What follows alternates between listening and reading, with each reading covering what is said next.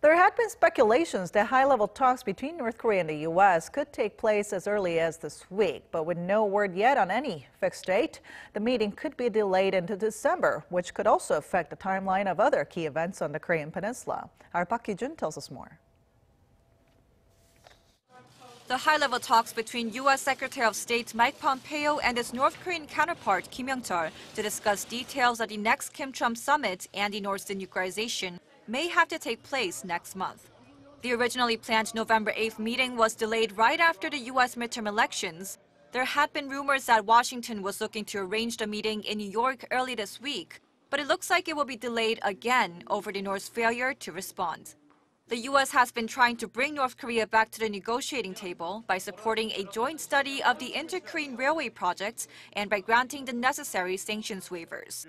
It also recently announced that its annual South Korea-U.S. joint military exercise will be scaled down next year. But Pyongyang is believed to be dodging the talks to avoid demands that it provide an inventory of its nuclear assets and shut down its key nuclear facilities until sanctions are lifted. The continued setbacks are expected to cause a delay in the second Kim-Trump summit slated for early next year.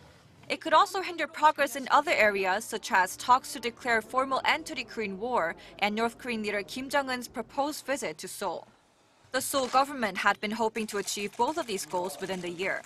South Korea's presidential office said on Monday that it needs to determine whether Kim's visit would be more appropriate before or after the second North Korea-U.S. summit.